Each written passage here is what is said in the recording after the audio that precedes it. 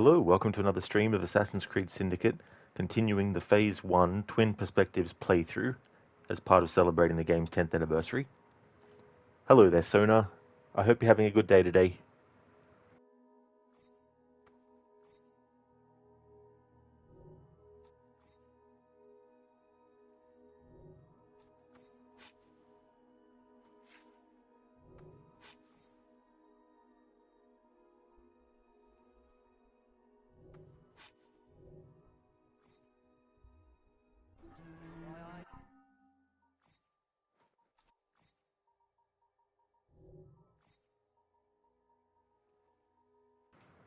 Alright, well I'm not ready to have to have Jacob wear the Ezio outfit. I want to keep that for a specific point.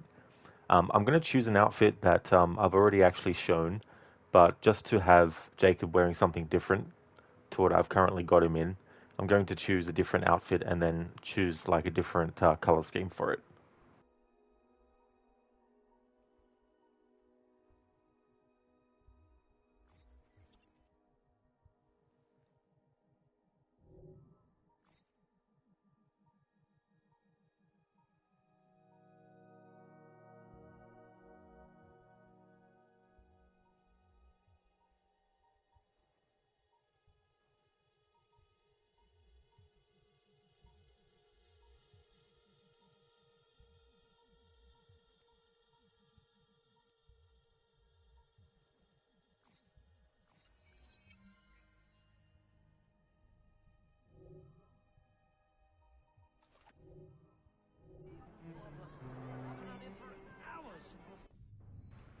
Alright.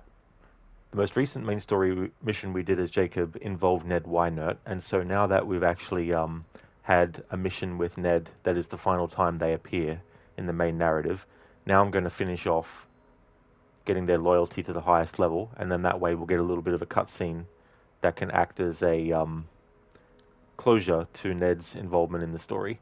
We'll still see Ned on the train, and I'll try to get different dialogue from the character and all that kind of stuff. But as far as the narrative is concerned, after you do that story mission with Jacob, where Ned is involved, then essentially their part in the main story is finished. So to finalize it, we'll get the final loyalty level.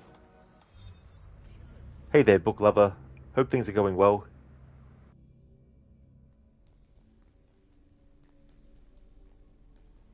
Hey there, Lone. How's your day going?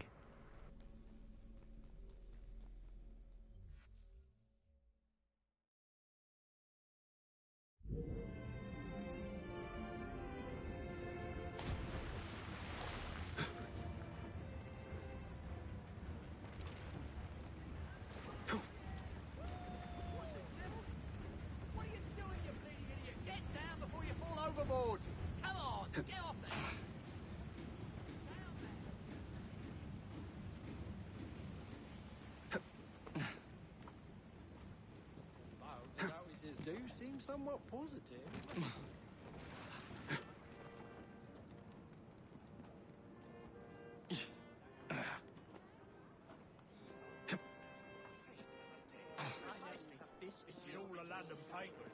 No, not too bad. Just questing on a warrior world of Warcraft. Oh, cool. I never actually played the Warcraft games or World of Warcraft. The closest I've probably gotten is playing a game called Blackthorn, which was done by Blizzard. You play as this long-haired guy with jeans and a tank top and a shotgun. And he's from another planet, but he gets sent to Earth temporarily to stop him from getting captured, along with his father's people. But then later on, he gets teleported back to the world that he came from, and basically there's a villain named Sarlacc, and you got like orcs and stuff. But I don't know if that actually is part of the wider Warcraft universe or not. Maybe it's not. But it was one of those games where, being a fan of Prince of Persia, it's very much in the style of the original Prince of Persia, 2D platforming. You have the puzzles, you have traps you got to look out for. You've got sort of like a tile-based system for movement and how many tiles you need to make a run and jump and all that kind of stuff.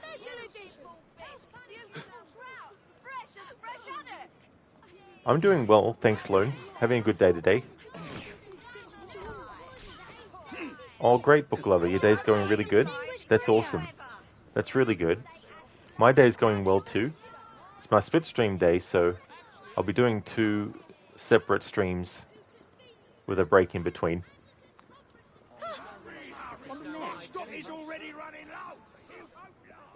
Hey there, Keone.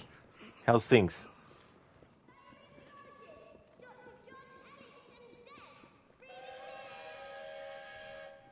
I'll never doubt your wisdom again. Everything you... Won't find better prices than these. These streets aren't safe at night. My mum saw a man get peeked over a locket he found in a house. Even a nice locket, bunch of savages. Does it matter? He's stuck around. What are you doing?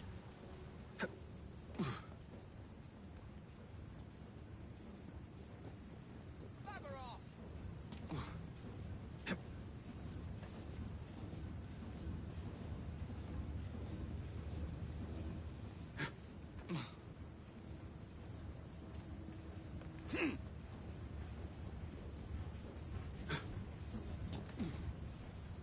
What's he doing?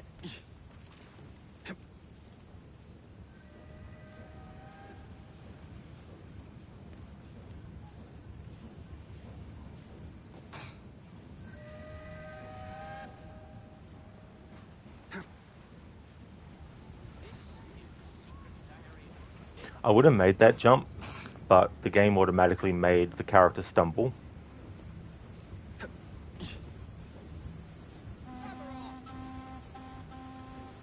Which is somewhat realistic, I guess, given what he was jumping onto, but still. It ruins the momentum and fluidity and the gameplay logic aspect of the game. I'm only being half serious. But that's the aspect of the Assassin's Creed series that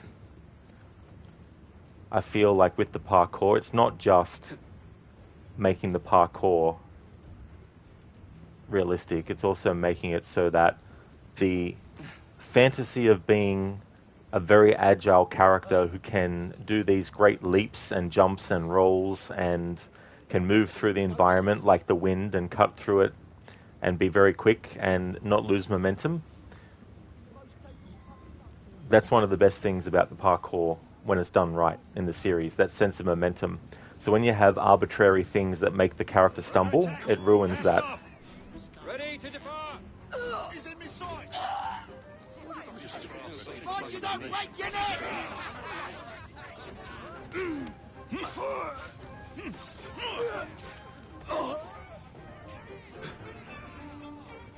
Some bloke's stressful! Should have taken another round.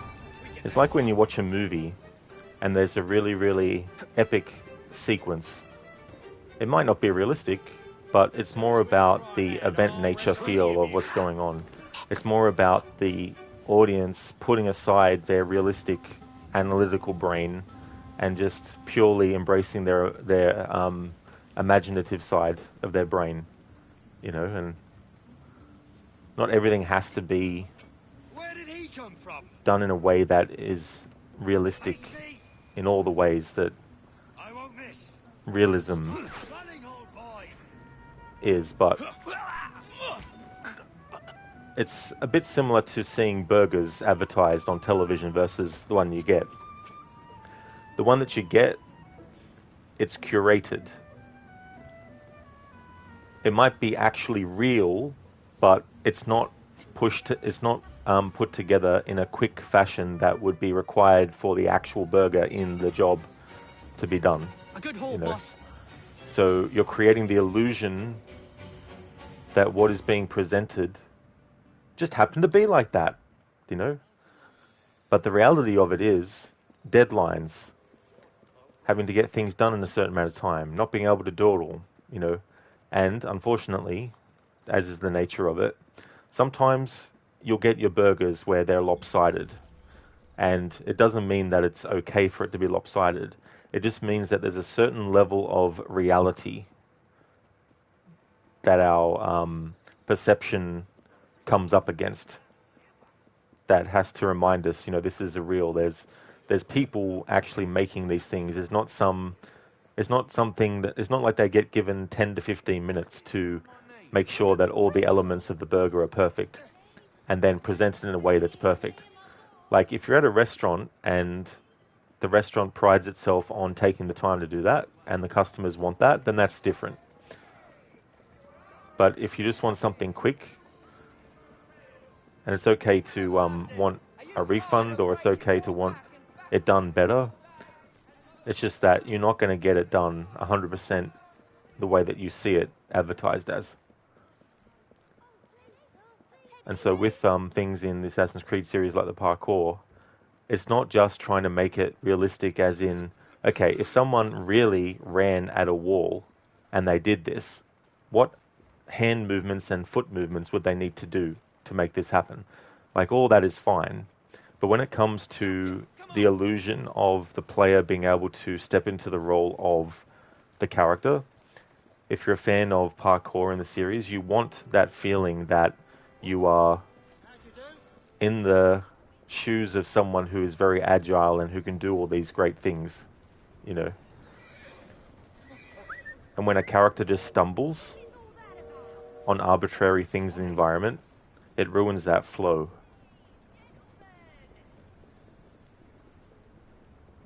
Whereas realistically, there'd be things that, yes, when they land, they'd have to stagger a bit, they'd have to take a bit of time to recover. But not every instance of that needs to be done, you know. Like, sure, your character falls from a great height and they have to stumble a bit in getting up, that's fine. But when it's quick, short, sort of like things, that's where it gets a bit annoying. And it's one of those things where it's not in the control of the player when this happens. It's seemingly randomized, where sometimes the character will land on something and stumble from a short distance, but other times they won't. So there's an inconsistency there that you can't really rely on. That's it, come on.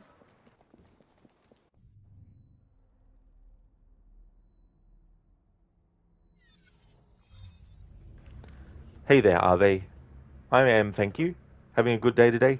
How's things going with you? Absolute cinema goes before realism. Yeah, you know, like, there's nothing wrong with striving for a certain level of realism, but at the end of the day, it's still a video game. It's not a situation where you're dealing with, like, those movie games where it's literal live action actors filmed for the entirety of the story, and they film all the different outcomes and all the different things that the character does, and then it's just the player dictating, does the character go left or right? Does the character punch the person or stay calm? Does the person panic and run off, or do they just stand their ground? You know, those sorts of things. If you're doing a game like that, then yeah, if it's something that is a certain kind of thing, then you want that realism. But ultimately, at the end of the day, even those games have to have a level of unrealism as well. Especially if you start getting into dealing with, you know, is it supposed to be like a fantasy setting? Is it supposed to be a sci-fi setting? You know, but even in that, you need rules and you need limitations.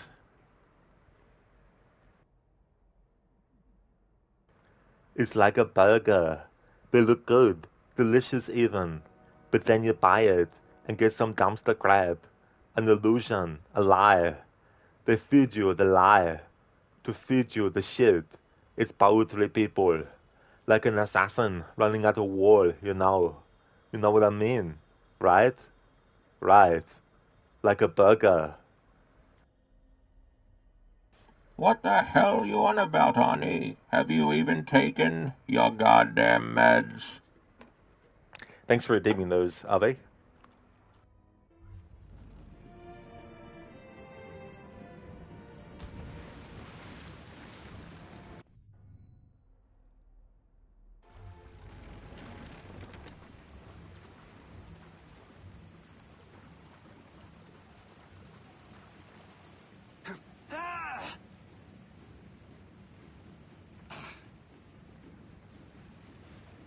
Thank you, book lover. Glad that you enjoyed. Hey there, Lizzie. Welcome. What the heck did you walk into? An Arnie and Bane impression.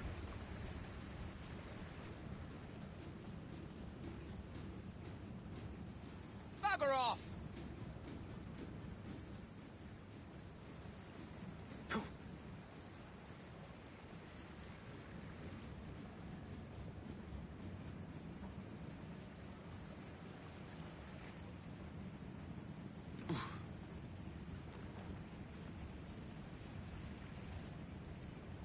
What's he doing?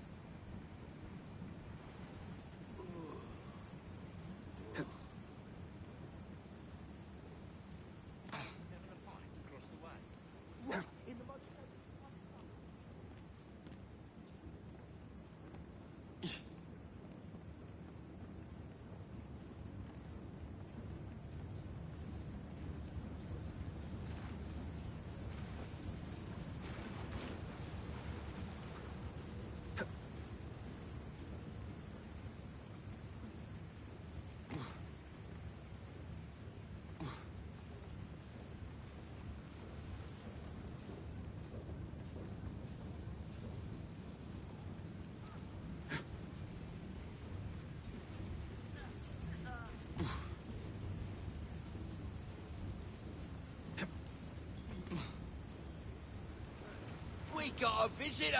Choke the life out of you!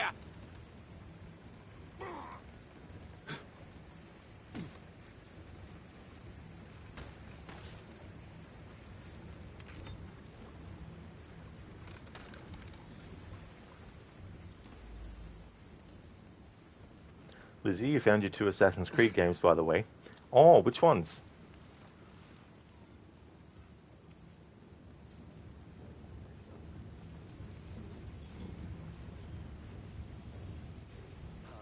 How did he get through? Stop that trespasser!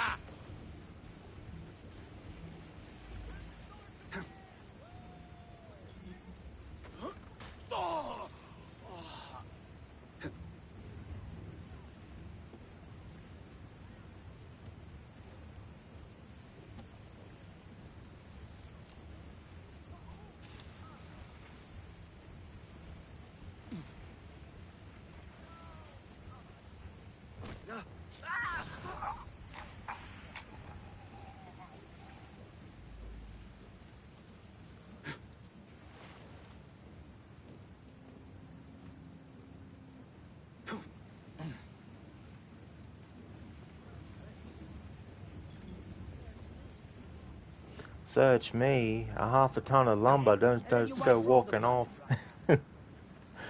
I've heard so much NPC dialogue in this game for this playthrough that even at low volume, I can make out what they're saying. Or if it's, at a distance. Or remember some of what they say afterwards. Search me, half a ton of lumber, don't just go walking off. Then you get the funny one where people are having a conversation and one of the guys is like, were you looking at her bum? I've heard that in passing while doing other stuff, and it just cracks me up so much.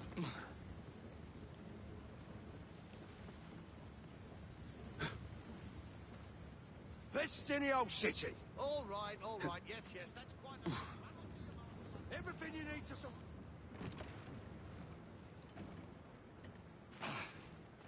Oh, Lizzie, so Unity and Odyssey. Oh, good. Talking about the future of the British Empire. So out of those two, which one are you going to play, do you think, first? Hey there, Code. Hope things are going well. Thank you very, very much for the 95 stream streak. Appreciate that a lot. 95 streams in a row. Holy shit. Brings into perspective how many streams I actually do. Thank you very much, Code.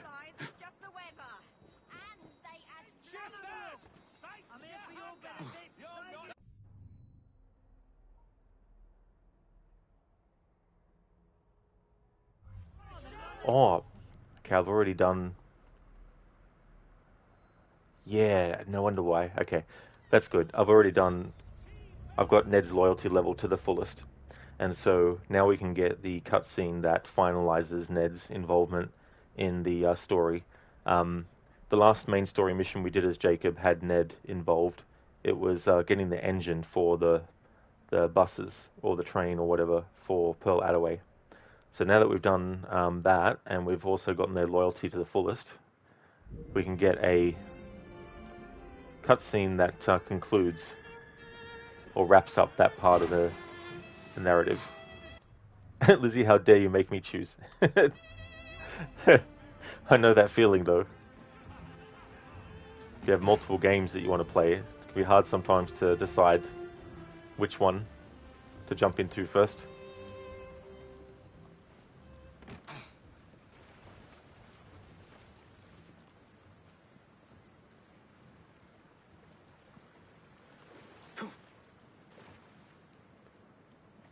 Oh, just made it.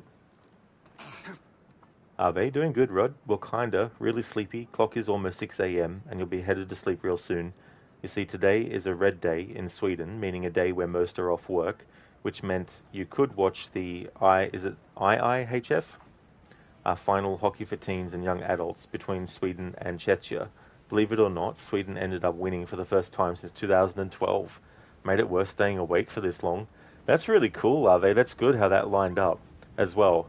Like, being able to witness it and for the team that you wanted to win as well. That's really, really cool. I hope that you can get some good rest as well. And so it is IIHF. Oh, cool.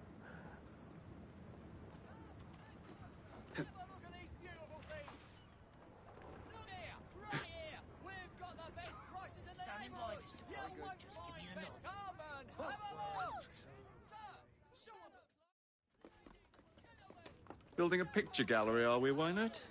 Present for my good friend Adam. Do you treat all your friends this way? Never mind that now. I wanted to thank you for all your help. You twins are nothing if not diligent. Please accept this as a token of my gratitude. Well, the wheels of London never stop. Always more work to be done.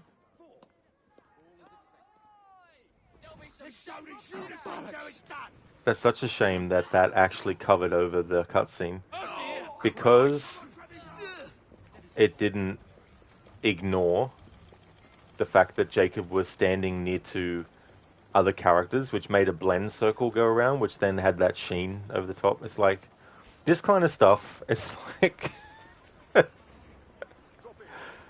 you'd think that they would make it that if the game detects that a certain cutscene is playing, that certain things in the environment that are happening around the character shouldn't interfere. And you know what the annoying thing is about that? I can't replay that cutscene, so fuck me, I guess, right?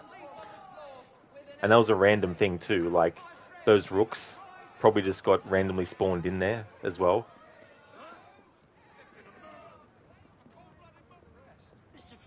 And so it interferes with stuff. But yeah, that's why there was a weird glow around Ned. It was because the game was still accepting what was going on in the game environment and not stopping it. Are they international ice hockey something you believe? You don't know. In Sweden, you just call it JVM. In Sweden, you just call it JVM. Oh, that's understandable too as well. Coming up with like a even shorter version of it. There must be something of interest here. Hey there, Spicy Chicken. How's things going?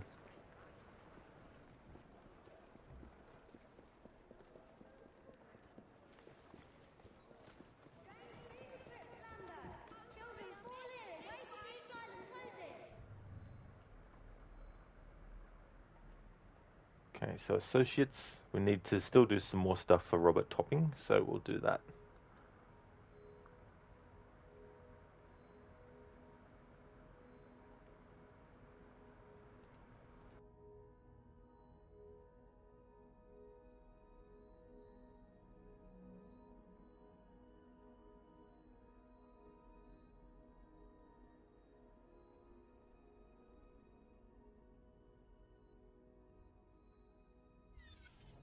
He's in trouble. That's why he's trying. Lizzie, wonder how long it would take to 100% Unity. Well, it would take a while. You've also got to do the optional objectives as well. Then you got like all the collectibles and stuff. So it might take a while because there's a lot of chests. They JVM is for Junior World Mastership, you think? You don't know. Your brain is too tired to think about the correct spelling. In Sweden, world is Vald, thus the V and not a W. I mean, that's totally understandable too, as well. Being tired can definitely have many different kinds of effects. It's why when I wake up, I don't like to make a phone call or take a phone call straight away, because I need time to actually wake up. And so I need to be able to know that I'm going to be awake enough to be able to socialize.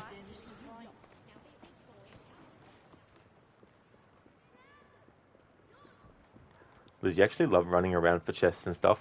Oh, that's good then. It won't feel like a drag. The best thing to do then is to get your lockpicking skills, because there's a lot of chests that themselves need lockpicks, but there's also doors to get to those chests as well. No, you don't take a phone call ever. That's understandable too. Just wait till it rings out, and then if there's someone you want to talk to, just ring them back. Spicy Chicken, you remember needing 2 whole cups of coffee on Christmas Day to wake you up? Oh, that's fair, Spicy Chicken, to need 2 cups of coffee.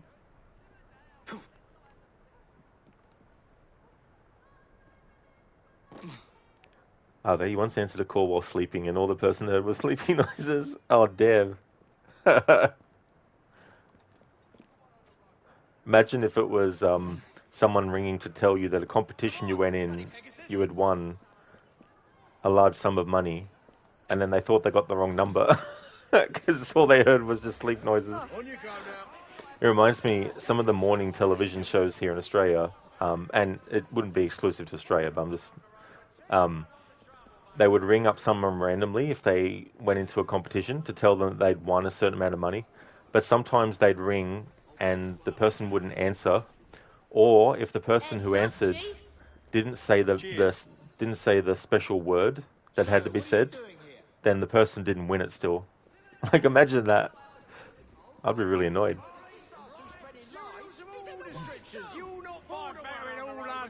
I knew you were the racing type.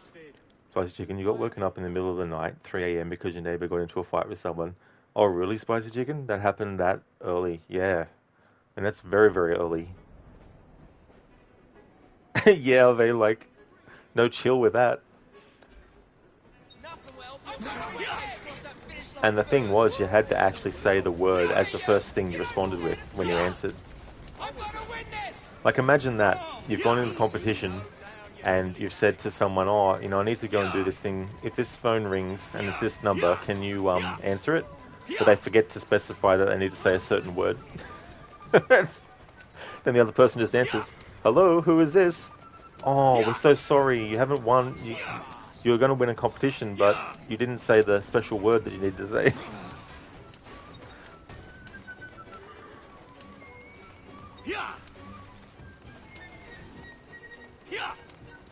Lone, you did answer one of them insurance calls once when they asked if you've been in an accident. You told them, yes, I've been in an accident and that you died. Said sorry and hung up.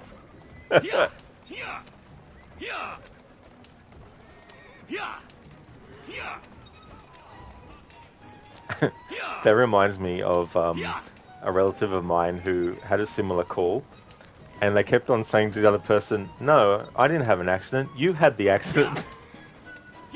And kept on just saying that to them until they got sick of hearing it and then hang up. Like, no, I'm ringing to tell you that you had the accident, and... Like, no, you had the accident, not me. It's like, don't you remember?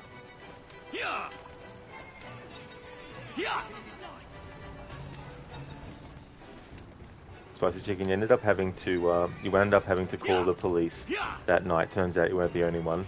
Oh, that's fair, Spicy Chicken. Yeah, that's understandable. Hopefully it was sorted.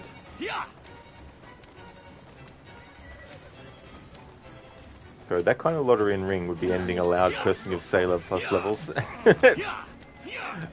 No doubt code for sure. Be like, whoops. Congratulations on your victory. What's funny is Robert Topping will tell you congratulations on your victory even if you come dead last.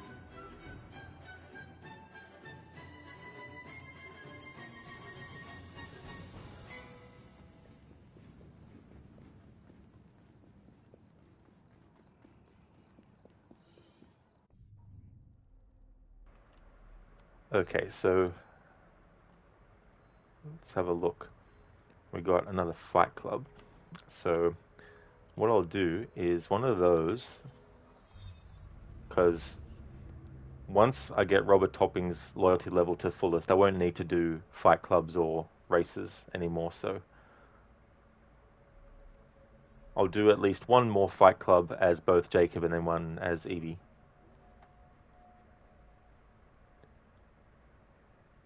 Ave, ouch man, forgot how to roll your tongue to form the right word. Well, looks like you ain't winning shit, goodbye. It's like, too bad. Or imagine if you had a sore throat and you tried to say the word, but no, I'm sure they'd be a bit lenient in that respect. It's like, yeah, the magic word is food. Food. No, sorry, you didn't win.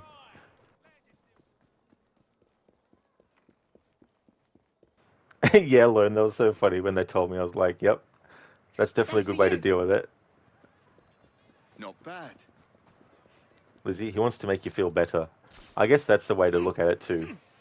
When you lose the race, Robert Topping's just like, look, I need to still encourage them to do more races, so we'll just say congratulations on your victory. Spicy Chicken, you also read a short book today. It was about the history of kettles.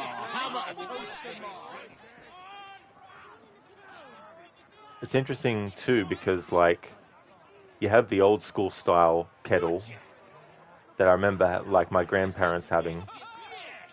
So I wonder what the initial look and feel of it was. It was probably very similar. Anybody fancy a challenge? You came! Splendid! I'll hop into the ring then. The competition will begin shortly.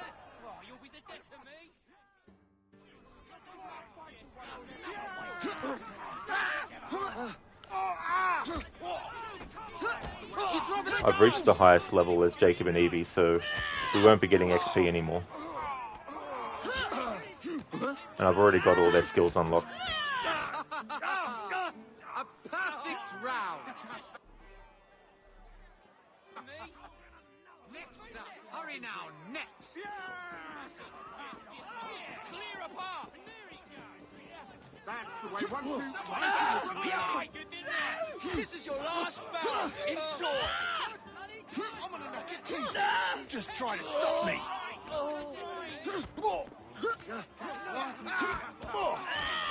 Ladies and gentlemen, you may... Are they? If someone around you says a word as the first thing, they push you out of the way. Or they take the phone off you and they're like, say the wrong word on purpose. Next contestant. You ain't looking forward to this, folks. Presser, come on!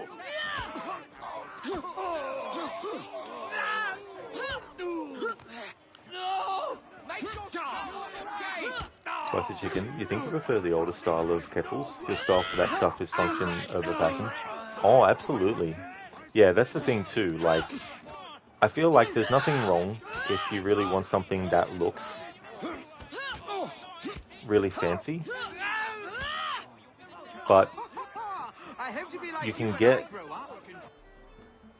things that aren't as fancy looking but are still dependable and will actually last a long time.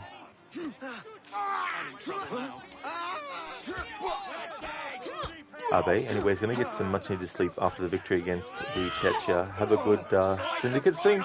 Thank you very much, Ave. I definitely will, for sure. I really hope he gets some good rest as well.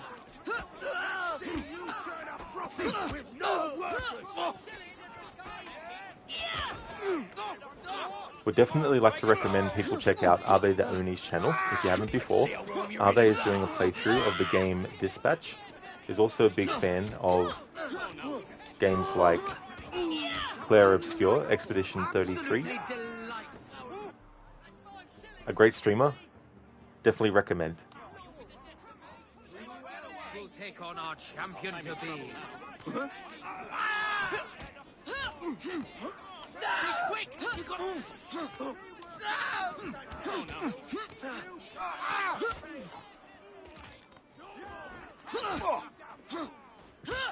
So I see, Lizzie, Evie's fighting outfit is freaking hot. Be one of those things too with the fighting. There'd be a lot of sweat involved.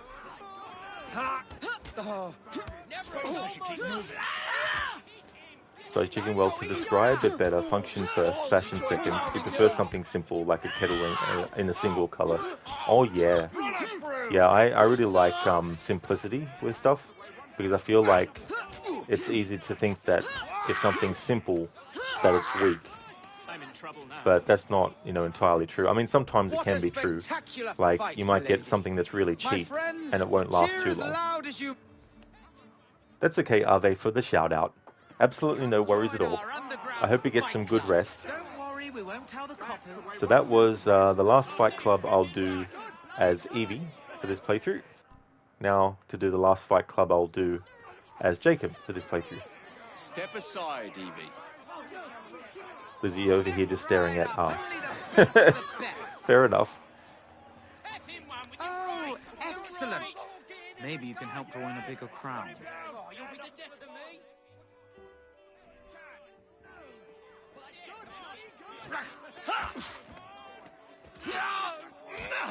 They can't take down!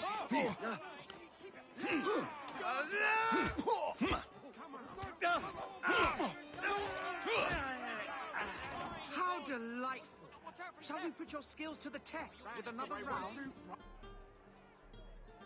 Which brutes will be our next contestant?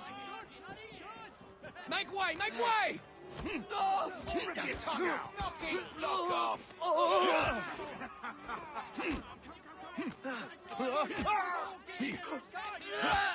You'll regret that! I'm in trouble now. Ladies and gentlemen, you may want to place your bets on this fine contestant. Anyone think they can take out our feisty competitor? Cut his eyes out!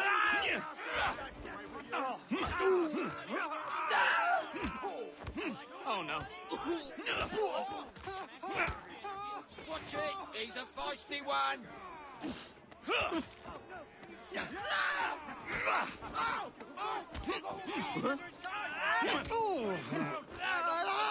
Incredible! Well done! Lizzie, honestly, wondering if Jacob's actually killing these people because some of these moves. Well, I mean, that's the thing. I think it's just because, and it goes for Evie as well, I think it's just because they figured, like, if you look at a lot of the attacks that Evie and Jacob do in the Fight Clubs, it's almost exactly the same as if you had them equipped with the knuckle dusters in regular gameplay. I'm gonna knock your teeth in! Just try to stop me! Choke the life out of you! I mean, This is your last bout! there's a lot of blood that you see and all that kind of stuff. Incredible! Spice Chicken, you're trying to read a lot more this year. So far you've read 2 books, the one about the kettle and one called The Impressionists. What's the Impressionists one about? You'll be singing a different tune once I'm through with you! There's he so much blood? There definitely is, yeah.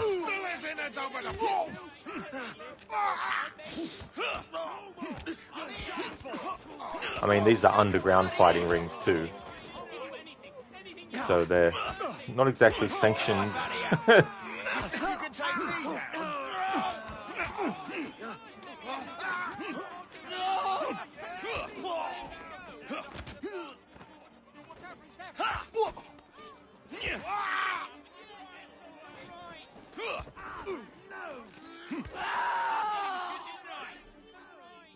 Good fight, my lord.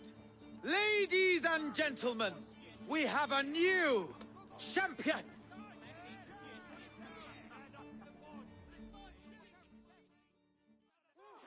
And there we go. That's now the last Fight Club to do for this playthrough as Jacob. So for the rest of the stuff related to Robert Topping, to increase his loyalty level, we'll just do the different kinds of carriage races you can do.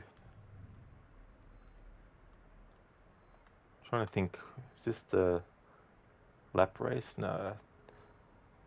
I'm looking for a certain kind of lap race. Where the hell is it?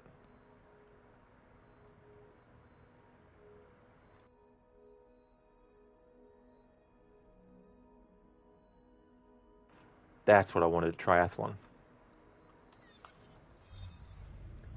Spicy Chicken, Impressionists is about a group of artists from the mid to late 1800s. Oh, okay.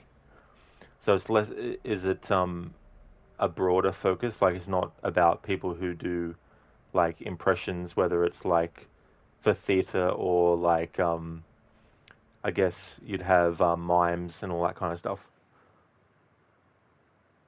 So it's more about like people who were able to leave impressions on their various fields. It's like with there was this the documentary. I can't remember the name of it now, but it looked at different scientific authors from the past and looked at what works of theirs had been adapted into movies. Like you had Mary Shelley, her Frankenstein, her novel Frankenstein, for example.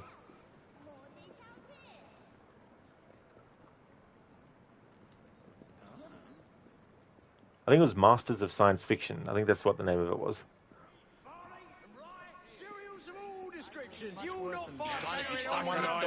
Come, choose your horse.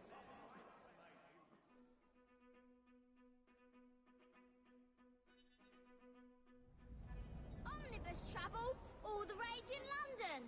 More people ride the bus than ever before. Keep moving. Yeah! Yeah! Yeah!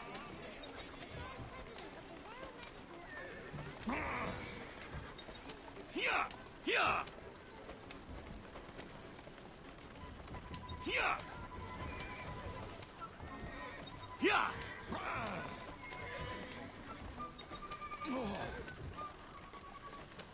Yeah! Yeah! To relax. Yeah! Yeah! Yeah! Yeah! Yeah! Yeah! Yeah! Yeah! Yeah! Yeah!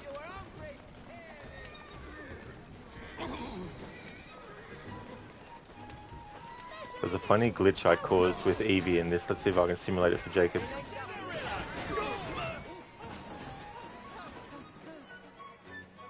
No. It was really funny because Evie got caught on something that broke away and it kept on spinning around and around and around and around and around on the ground.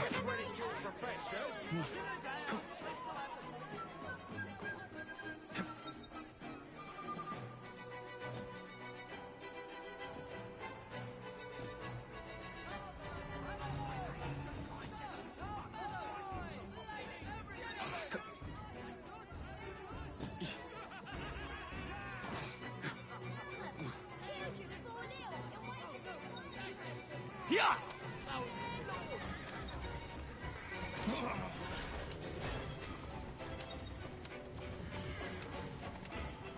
Yeah!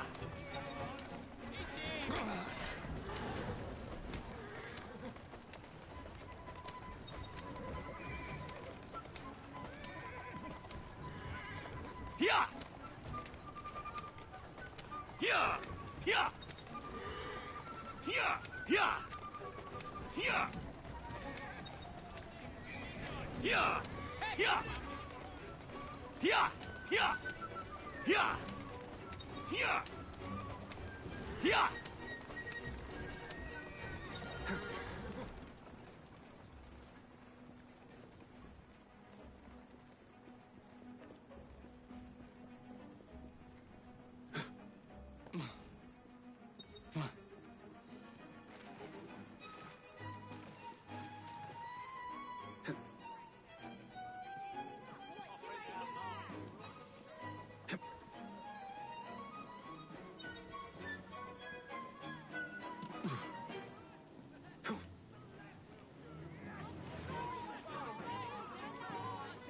I'm about ready to throw this.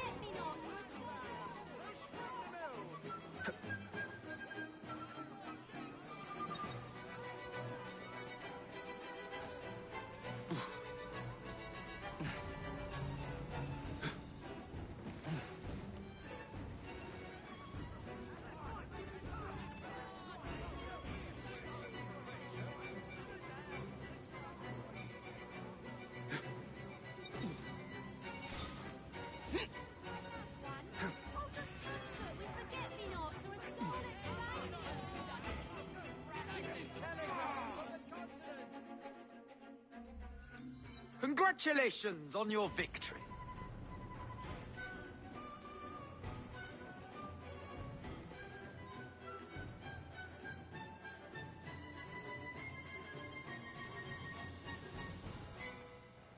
Spicy chicken, something along those lines. The pages are very special too. Every other third or so page is made to focus on a certain point in the art piece.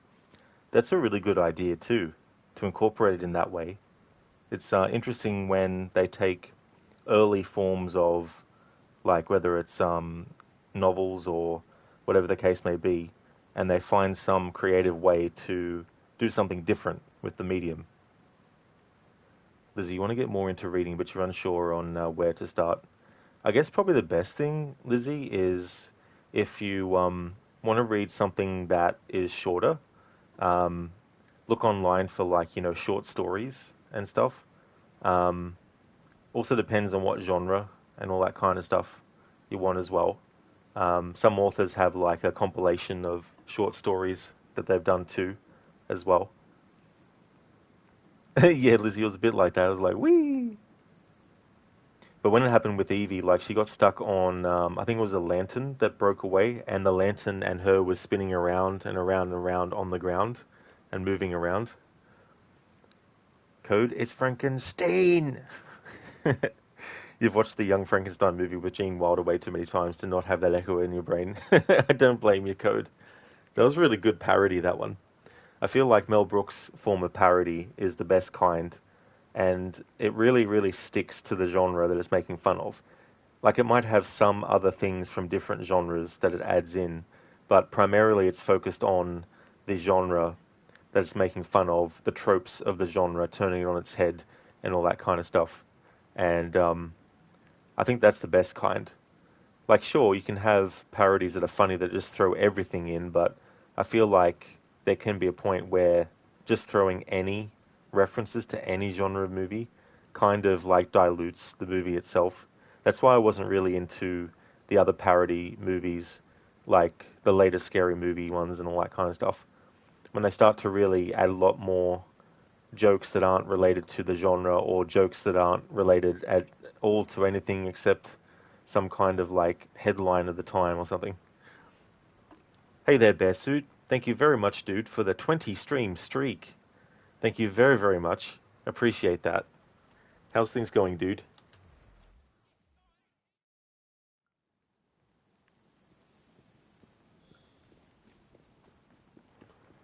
Shin, thank you very much for the 3 stream streak. Thank you, Shin. I appreciate that. How's things?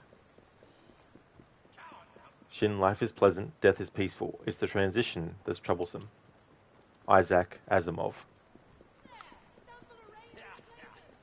Yeah, unfortunately it's true. I mean, to a certain extent.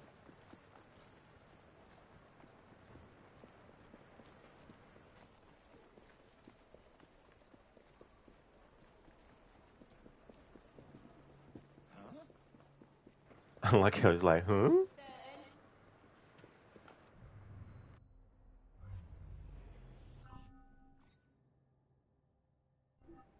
My dear fellow, that's rot.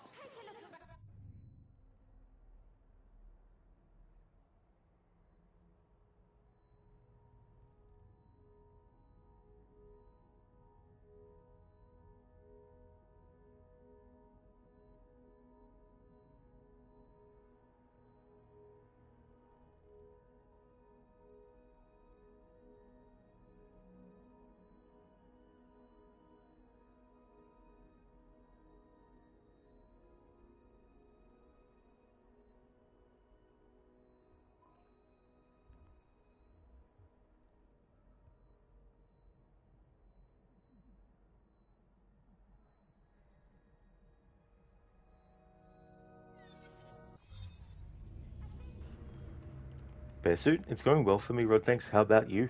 That's awesome, dude. Glad to hear that. I'm going good too. Having a good day today. Getting some other stuff related to this playthrough completed. One of the associates in the game, I did all their activities to get their loyalty to the fullest, Ned. So we got the final cutscene with that character. Suppose Chicken, you tried reading a book called Psychology of the Unconscious, but you couldn't understand it. It's one of the inspirations for Silent Hill 2.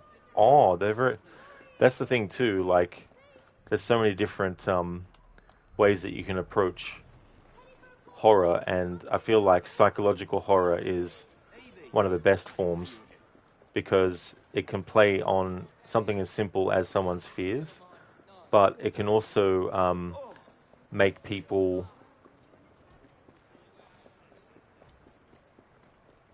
be on edge throughout the whole movie because they don't know what's coming next.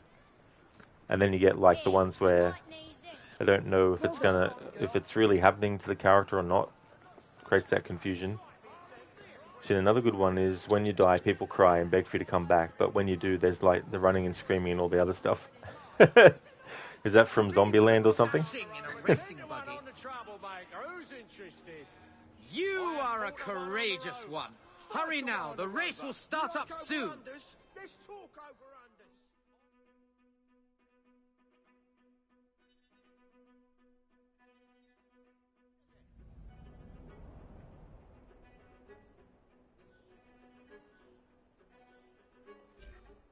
Get in the way of my prize. Look at you! You don't stand a chance! I'm gonna win this! Look at you! You don't stand a chance! Whoa, Faster! Come on! What do you think you're doing?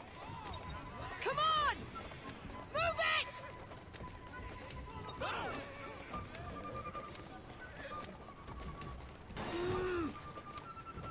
Faster! Come on! Yeah! Faster! Move it! Come on! Come on!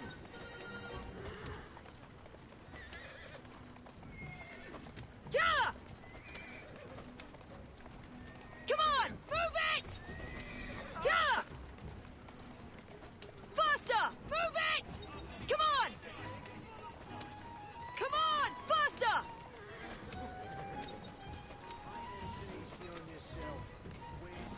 Come on!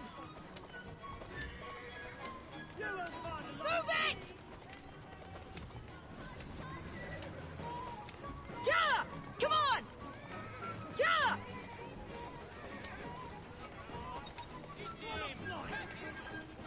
Come on!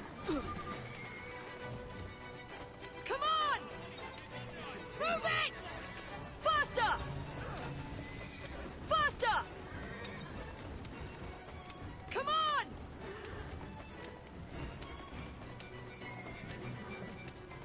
Yeah! Move it!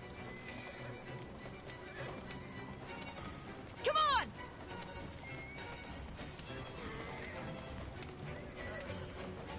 Yeah!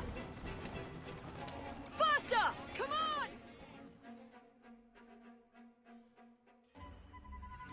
Congratulations on your victory.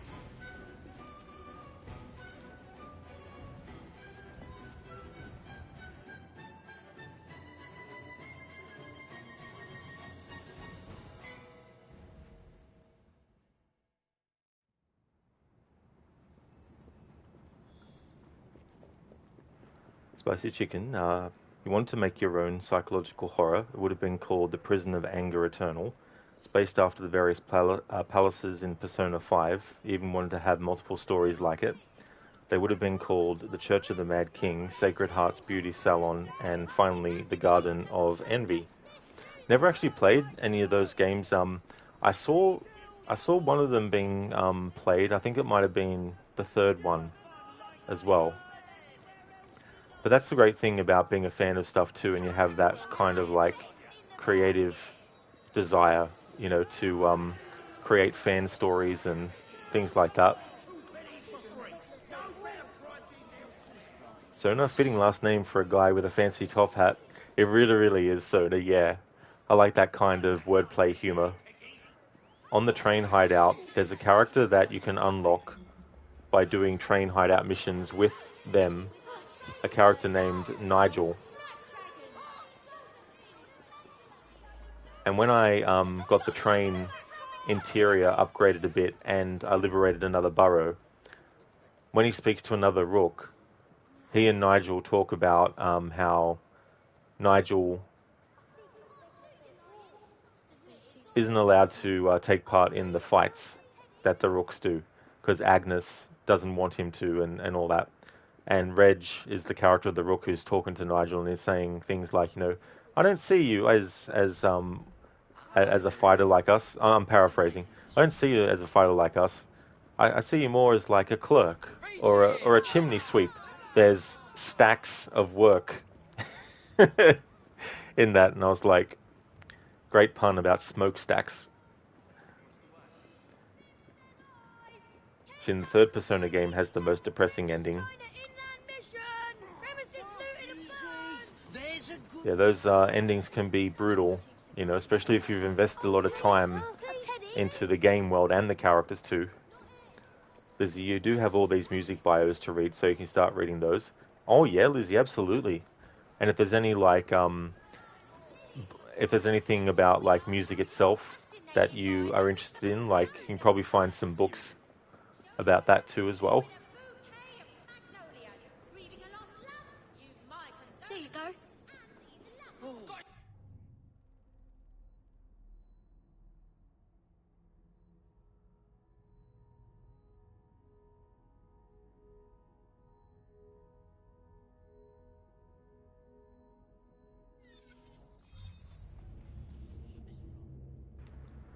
Shin, the phrase "as mad as a hatter" comes from the era that this game takes place in. That's true, Shin, yeah. Another influence of Alice in Wonderland.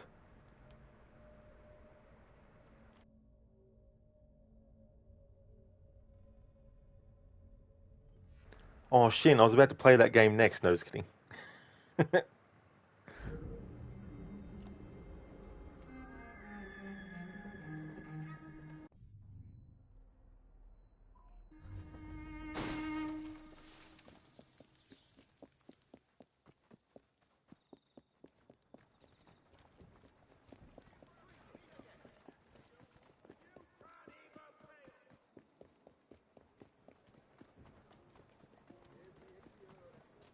Good day. How are you there, Evie?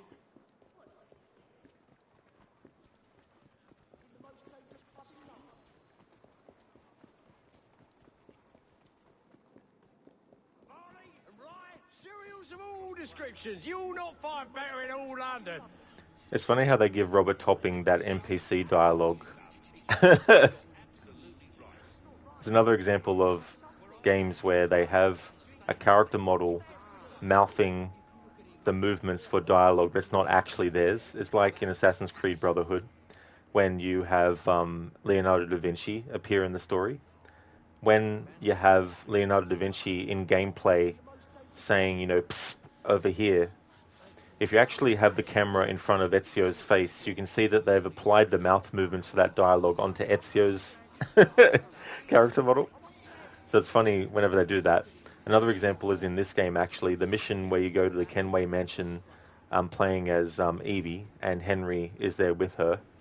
If you follow Henry after the mission's finished, eventually the game will assign him generic NPC dialogue and will actually change his voice to one of the voices of the NPC. So it's just so funny hearing a completely different voice come out of Henry's mouth when you follow his character model around the game world after you finish that particular mission.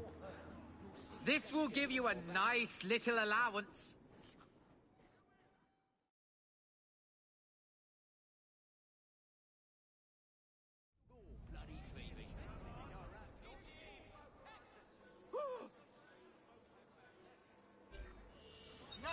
Come on! Finish line first.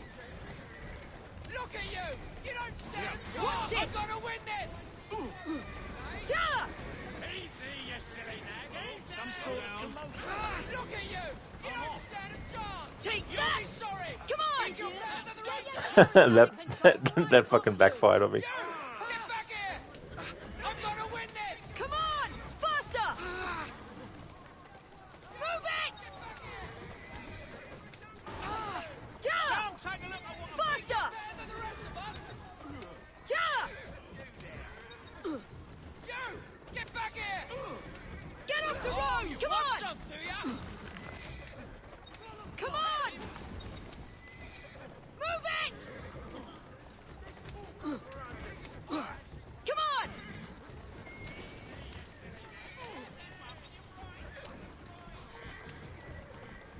Move it! Faster!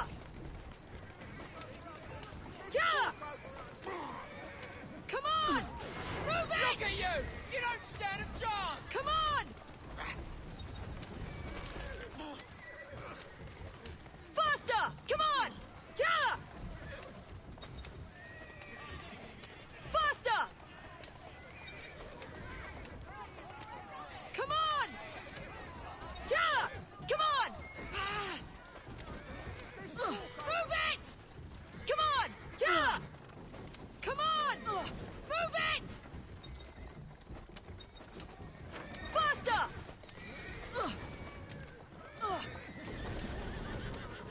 Faster! Come on! Come on! Move it! Come on! Oh, no wonder why. One of the wheels Come on the on! carriage is wobbly. The right wheel. Move it! Faster! Come on! Come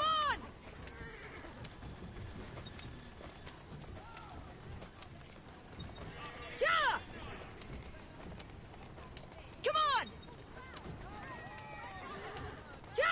Come on! Come on! Move it! Faster!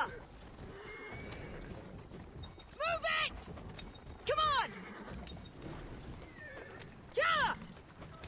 Faster! Come on! Faster! Come on! Move it! Congratulations on your victory.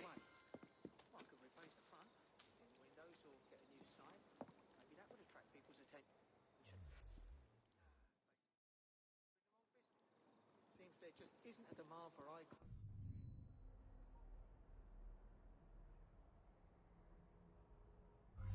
In London these days. Oh well.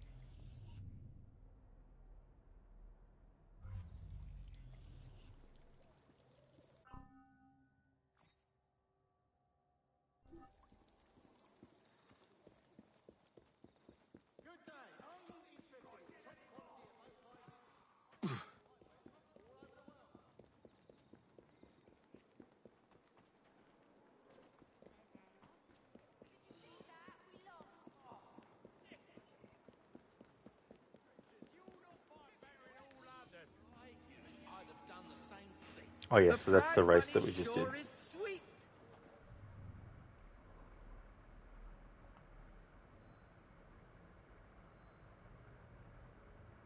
Do another exotic race.